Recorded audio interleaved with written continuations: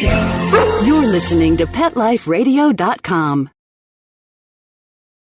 You've had a long day at work, and you can't wait to just get home, take off your shoes, plop yourself down in your favorite chair, and relax. You walk up to your tranquil residential home and your neatly manicured lawn in your quiet suburban neighborhood, put the key in the lock, open the door, and... yes, the pets have gone wild! What were you thinking? Welcome to the show about everything you always wanted to know about exotic pets, where to get them, what to feed them, and how to care for them. You'll even find out why some people live with a monkey. Now, here's your host, exotic pet expert and author Bob Tart. Hey, Bob, what were you thinking? Hi, I'm Bob Tart, author of the books Kitty Cornered, Enslaved by Ducks, and Foul Weather. And I have to say that there is nothing foul about my guest today. Not only is Ariel Wulff one of my best friends that I have never ever met, but she doesn't own any fowl. No birds at all. Just dogs at the moment, I think, though you will find 3 cats and several mice in her brand new book about her dogs. And the book is called Circling the Waggins. It is from Barking Planet Productions. And she is either Cayr Ariel Wulff, or as it says on the cover, C.A. Wulff. But the important thing is to remember how to spell her last name. It is W-U-L-F-F, and I think that is also how you spell the name that the sound a dog makes when it barks. So welcome, Ariel. Hi, Bob. How are you? I'm good. Thanks for having me. Oh, happy to have you. Say, you do lots of different things online. What I would like you to do before we get into the book is tell me about some of the writing that you're doing, like for the Examiner and about your blog and that kind of thing, so that people get a little bit of an idea of your background. Okay. I'm currently writing 2 columns for the Examiner. One is a local column called the Cleveland Pets Examiner, and the other is a national column, which is where I review books that have animal themes.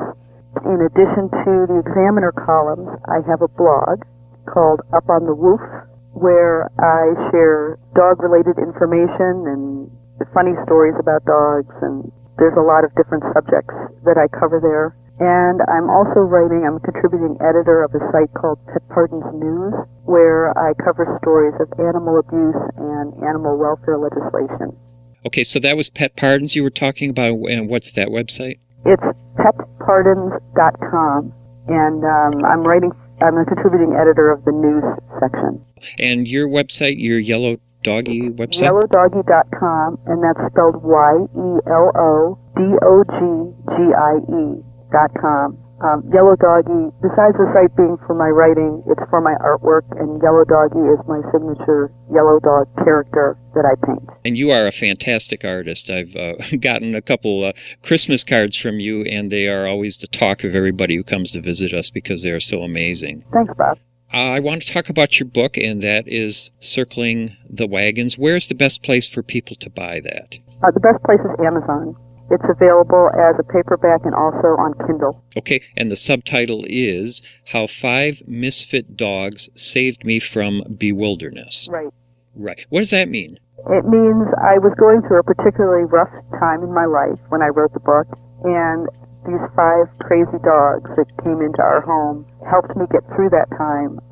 They're incredibly healing. And bewilderness, I know it's not a real word, it's a combination of bewildered and wilderness, which is pretty much where my state of mind was. Yeah. I have to tell you how much I really love this book. Not only do I love the stories of the dogs and the other animals, but I'm really impressed by your writing. It is just wonderful. Thank you, Bob. If you were a detective writer, I would say you were in the hard-boiled style, and that's simply because it's kind of Dashiell Hammett-like. I read a lot of books where it seems like the authors just keep going on and on piling descriptions and things like that. You are just masterful at picking the precise phrases to describe events that are going on. There's nothing really added or nothing superfluous about it. And it leaves me wanting more in a really good way. It's not that I think anything is missing. It's just that it's just so evocative. And I don't know how you do it. I really salute you. It's really beautiful. Thank you, Bob. I would say I would have to attribute any of that to the great education I got. I have to thank the nuns at Jesu School. Oh. And the teachers at the Shaker Heights High Schools, because they're the ones who really got me writing. I did not know that we both had a Catholic school background. 8 years. Oh, boy. I went all the way from second grade through high school. Your book is really not sugar-coated at all as far as pet ownership. Would you agree with that? I would agree. I would say it is flinchingly honest. Yeah, it is. It is sort of a warts-and-all view of life with pets. Right. And I'm wondering why you decided to write a book that focuses as much on the efforts of keeping pets as it does on the rewards. Because that was my experience, and because I see so many animals come across my desk as I'm writing these stories of animal abuse where people just give up on them for the most ridiculous reasons. And when you take a pet, it's for the pet's life. It's not while it's convenient.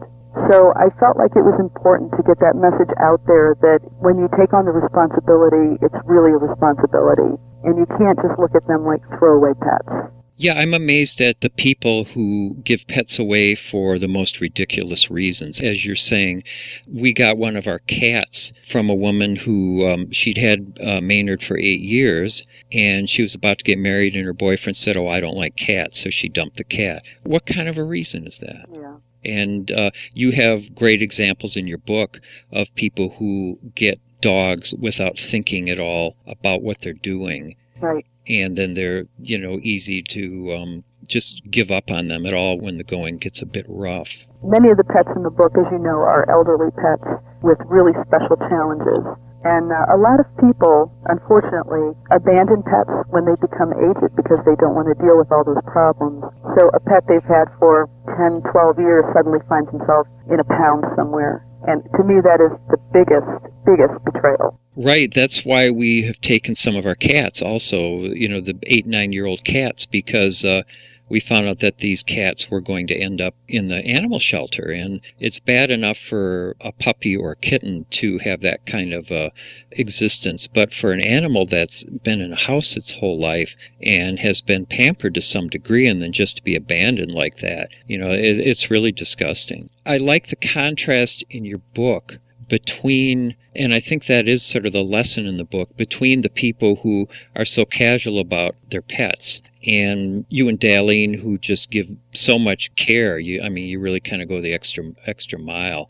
So was there sort of a intended message? It's, like I said earlier, it's a responsibility. And if you're going to take it on, you have to really take it on. People don't give their children up. That's exactly the way dogs look at us.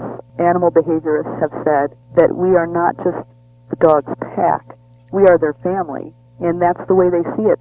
They're like dogs never fully mature the way wolves do. They stay like baby wolves, like cubs. So they need the parenting. They need that leadership.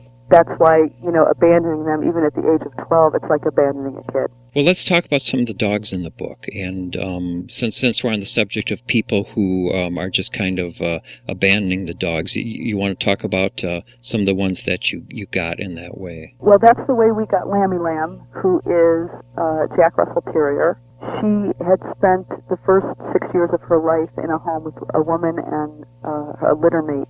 And the woman had health problems, mental health problems, and wasn't caring for the dogs anymore. And this was someone who lived in my brother's apartment building, and his wife called me and told me the situation and asked if we could take her. They were trying to actually get someone to take both of the JRTs together, and we weren't able to at that time. We had a full house. We live in a really tiny log cabin, and we were already packed to the gills.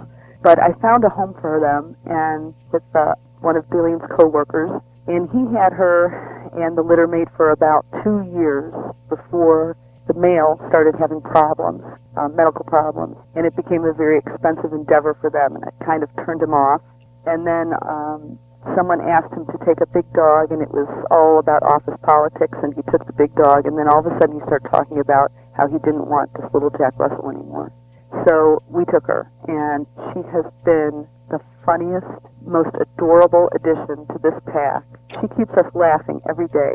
I love the picture of her. With her tongue out? With the tongue out. Is she the one that gets dressed in the baby clothes and passed back and forth? Yes. Talk about that a little bit. She's so adorable. When we first got her, we had to have some extensive dental work done because her teeth were rotted. And when the vet removed the teeth, it allowed her tongue to poke out all the time. So she has this adorable expression with her tongue poking out. Daleen and I started dressing her in these little baby onesies, which is so silly. But she's such a cuddly little dog that we would put her in these onesies and we would rock her and, cuddle her and pass her back and forth. And it was like, like two girls with a favorite doll. Right. And we'd have to laugh because she just soaked the whole thing up and just loved it. That brings me something I want to point out, and that is we've been kind of very serious about your book so far. I mean, we're making it sound like it's a very serious, if not kind of heavy book, but it is not. I laughed constantly through this book. It's very lighthearted. The pet personalities just sparkle, and there's really lots of engaging and even funny stories in it. Yeah, the pets are pretty goofy.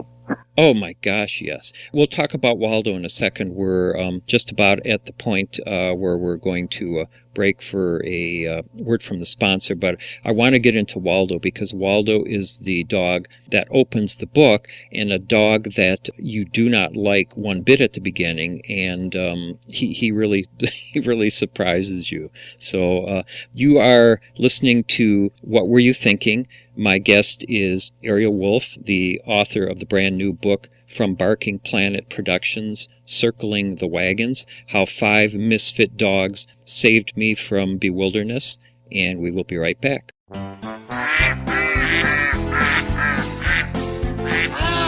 What Were You Thinking? We'll be right back after Bob gets the ducks out of his living room.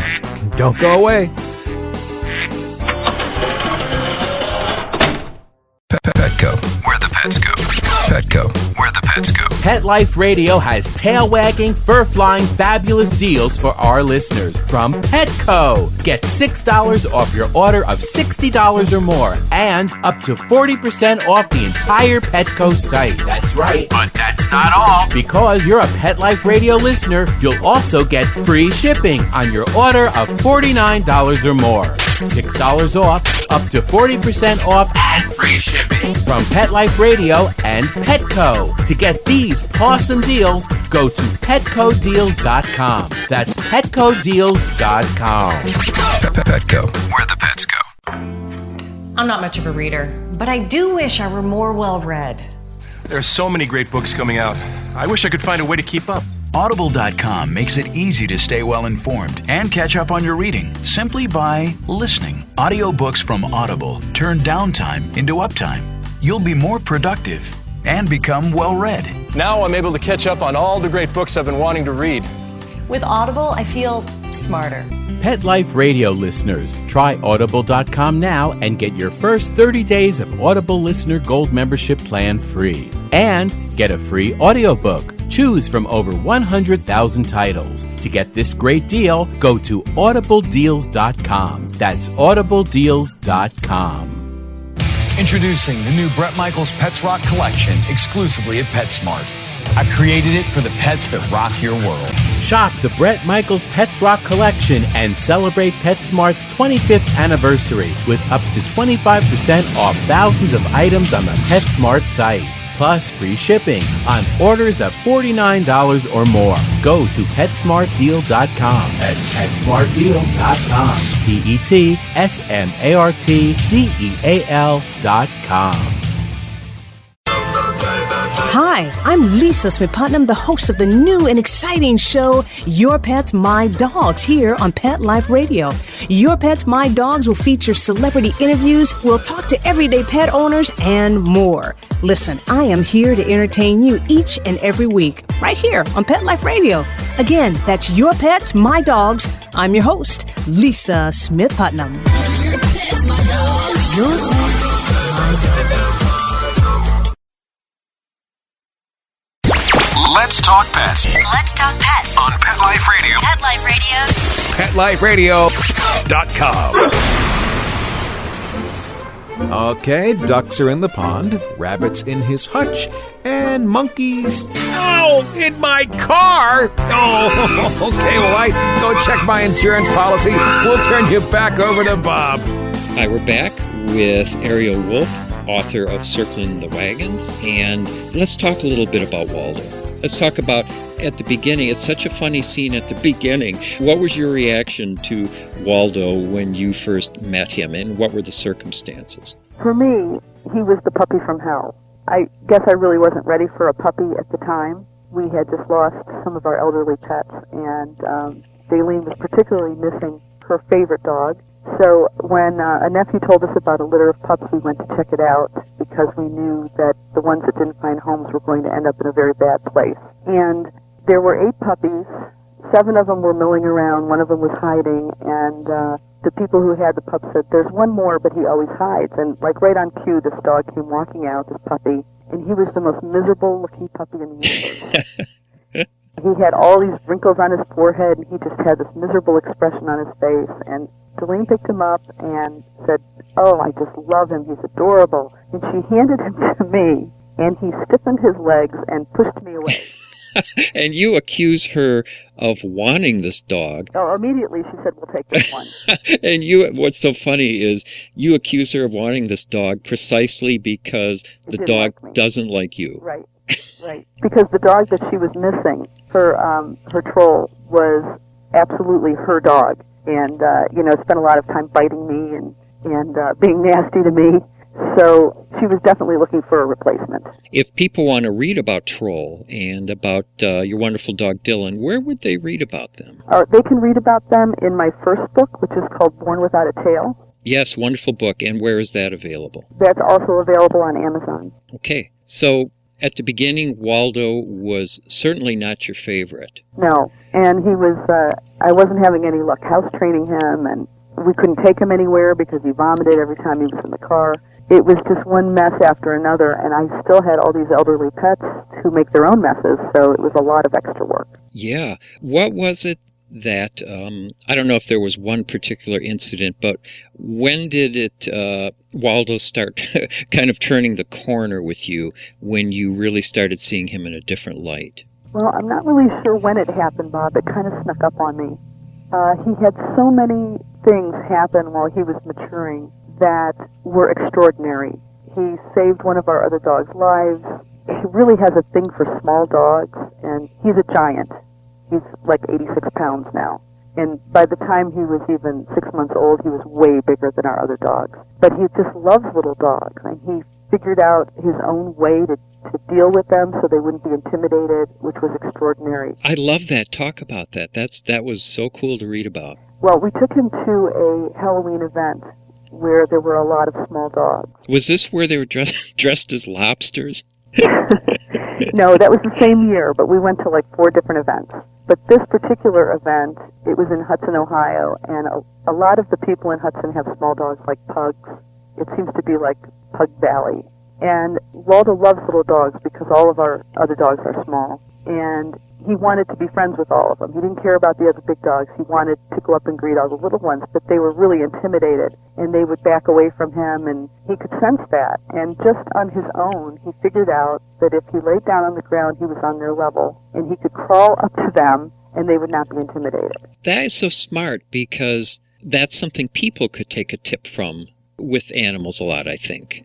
Right? I mean, I don't know if it works for dogs, but when we had a rabbit once, the rabbit was intimidated by me because we had just gotten her, and I found myself laying down on the floor, and then finally the rabbit would hop up to me, and it took me a while to figure this out. So I think that was awfully darn smart of Waldo. You know, you might not know this, Bob, but sometimes a dog will get away from an owner and be running around, and they're trying to catch him, and they're chasing the dog, and the dog just thinks that's a great big game. But if the owner sits down on the ground, the dog sees that as an invitation to play and will come to you. Really? Yeah. So if your dog gets loose, you don't ever chase it. Your best bet is to call its name, sit on the ground, and it usually solves the problem. Wow. Unless you have one of those dogs that just runs for 2 miles. Right. So, and then there was another point you were talking about, a game with a ball that Waldo was playing. Waldo taught himself how to bounce the tennis ball and catch it on the bounce. Yeah, that's incredible. Yeah. So he could... play with himself. Right. Did he still want people involved, or would he just entertain? He does, but... oh, yeah, he loves to chase it. He doesn't just want to chase it. He wants to jump in the air and spin around and catch it when it's, when all his feet are off the ground. But when he's playing in the house, he discovered that if he dropped the ball, it would bounce and he could catch it and he could add to his play that way. Yeah. So you have decided that he actually is kind of a dog genius. Oh, yeah, he is. It really surprised me, because at the beginning he just could not get anything. I love the photo of him in the bookmark that you gave me. Oh, the goofy photo. The goofy photo. It just looks like a dog I want to meet right away. Now, there's another dog that you have that's a little bit of a contrast in the gray matter department. Oh, Rocket Boy. Rocket Boy. Yeah, poor Rocket. He was abused as a very small puppy, 5 weeks old. Some children were playing with him, and I don't know what possessed them to do this, but they threw him up in the air and let him hit the ground. And they did that a couple of times until he passed out, he had a seizure, and they really thought that he was going to die. But it may have scrambled his brains a little bit, because he's the most unique little guy ever. It took us more than a year to house train him, because he just couldn't make the connection. And he's definitely not like the other dogs, but he has his own personality and his own special traits that make him completely lovable. Yeah. And how did he and Waldo get along? From day one, they got along like they have known each other forever. When we met the puppy, Waldo was chewing on a rawhide, and the little puppy just ran right up to him and took it out of his mouth. And that was okay with Waldo? It was okay with Waldo. We were all a little worried when that happened, but he just thought the puppy was the neatest thing he had ever seen. Why don't you describe both the dogs a little bit, just in their physical looks? Okay. Waldo is 85 pounds, 86 pounds, somewhere around there. He kind of looks like a Great Dane, but he's actually a boxer golden mix. So he's very tall and gorgeous, really. He's turned into a gorgeous dog. And Rocket Boy is a little Shih-Chi. He's a Shih Tzu Chihuahua mix. He's fluffy looking. He's small, short, long. So they are a study in contrast. Now, how did Rocket Boy get his name? Well, from the children throwing him in the air, we figured that was 2 unexpected flights. Oh, I thought it was because he just zipped around all the time. Oh, that too. Those 2 things. Yeah. Has he calmed down a bit? No, not at all. Not at all. I'm having some trouble with him right now because he's become a guarder. He guards Deline. And if she's in her chair, in her recliner, he lays on the foot of the recliner, and he won't let anybody come near her.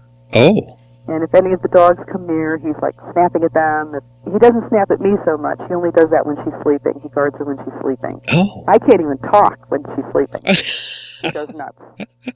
I thought Lammy Lamb was the real possessive dog. She is possessive over things, not over people. So she guards toys and her food dish and things like that. But she, everybody's okay with her. Isn't Lammy Lamb the one who will, I think you write about giving her some food, and no one is even interested in the food. Right. But she's guarding it like it's the most precious thing on earth, and she's in danger any moment of somebody losing it, right?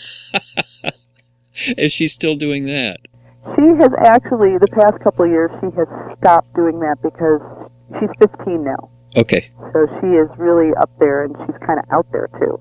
You guys, you just do great in keeping your animals not just alive, but alive and healthy for long time. Your wonderful dog, Dylan, lived to be 20? Right. That's just amazing. Yeah, all of our dogs and cats even end up living way longer than their normal lifespan. Yeah. Now, which is the dog? Is it Rocket Boy? Or is it Taco, who likes to bark right in another dog's ear? Oh, that's Rocket. What's that all about? I have no idea what that's all about. But he only does it to Taco. And he just, if I take him out and bring him in, he runs up to her and starts barking in her ear. And he'll put his mouth all the way in her ear. It made me almost wonder if she could be partly deaf or something to put up with that, but she isn't, is she? No, she's not. She may end up partly deaf from that. But she puts up with that? She does. So I don't know which one's crazier. Yeah. Well, since I brought up Taco, you want to talk about her a little bit. Taco came to us. She's one of the dogs in our home that had 2 homes before she came to us. The first home gave her up because she barked too much. The second home gave her up because they couldn't house train her, but they never took her out, so it's kind of hard to house train a dog you don't take out. So we ended up with her, and she is just a wonderful, affectionate little dog. She's out of all of them, she is the perfect dog. You know, she's the best behaved. When we leave the house, she's in charge. Is she a Chihuahua? She is, a long-haired Chihuahua. And who am I forgetting? Because I know there's 5. You're forgetting Maria. Yeah, talk about her a little bit. Okay, Maria, again, I think we're her 4th home. Oh, boy. And she went through all those homes within the first 6 months of her life. So... Good grief. And then by the time we got her, Bob, no one had even vaccinated her. Oh. But she's like a little spark that runs through our pack. All the other dogs love her. She wants to belong. She does everything she can to insinuate herself in every situation. Jillian kind of treats her like a red-haired stepchild because she's a whiner, and Jillian doesn't, care for dogs that do a lot of whining. But on the other hand, when nobody's looking, Jillian's cuddling her and laying on her. So. Isn't Maria the dog that likes Darlene a lot, but it doesn't seem quite that attached to you, or am I thinking of one of the others? No, that's Taco. That's Taco. Taco. The sun rises and sets on Dalene's face for Taco. Right. But Dalene's really all about her 2 boys, about Waldo and Rocket. I love the image about Waldo playing by he goes under the fitted sheet? Oh, yes. He burrows under the sheet on the bed. And he's playing with with Rocket. Yeah. He gets under the sheet, and so he's a big dog. All right, so if you could picture a fitted sheet with this huge lump under it. I can't. He gets under there, so he's just a blob, and then he starts making this really funny, whiny baby sound to get Rocket to bite him and jump on him. Didn't you describe it kind of as him saying, "I'm just a little dog"? Yeah, I'm just a little dog like you.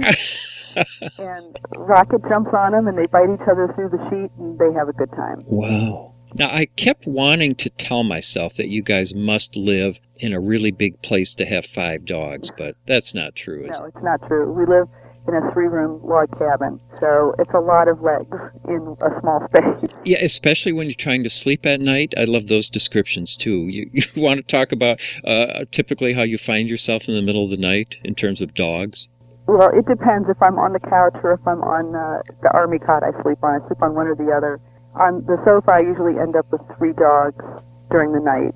Unless it's storming, then Waldo gets on the couch with me, too, because he's afraid of storms. When I'm in the cot, I could end up with 4 dogs with me. Wow. And if Dalene's up, sometimes it's all 5. Wow. She's up sometimes watching TV, and I'm in bed, and I've got all 5 of them crammed on that cot with me. Well, just Waldo would be enough. Yeah, when he was a little bit younger, he would stretch out next to me. Now he's too big for that, so he curls at the foot. Well, believe it or not, we are running out of time. And I thought we were going to talk about mice, Bob. Oh, I know it.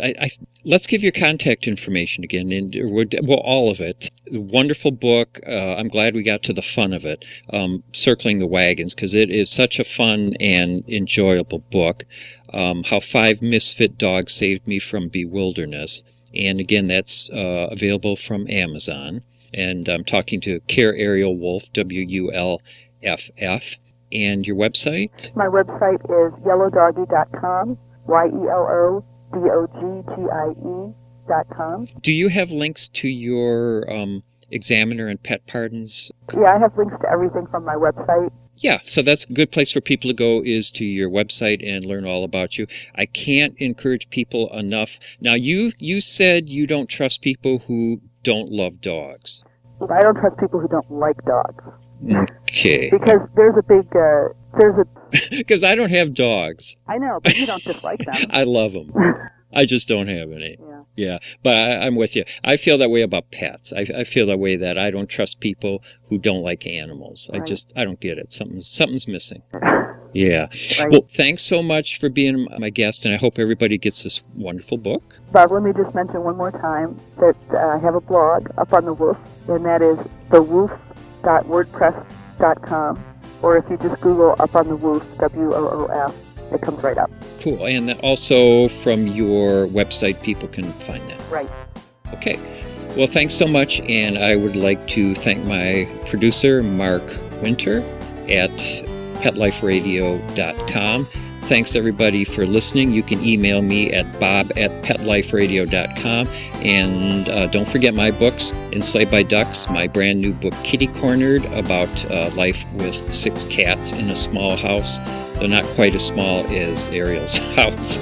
And Foul Weather. And my website is bobtart.com. So that's all for this installment. And thanks so much. Thinking about buying a monkey? How about a ferret or a skunk? Then check out the show that will answer the burning questions. Where do you get them? What do you feed them? How do you take care of them? And most of all, what were you thinking? With exotic pet expert and author Bob Tart. Every week on demand from PetLifeRadio.com.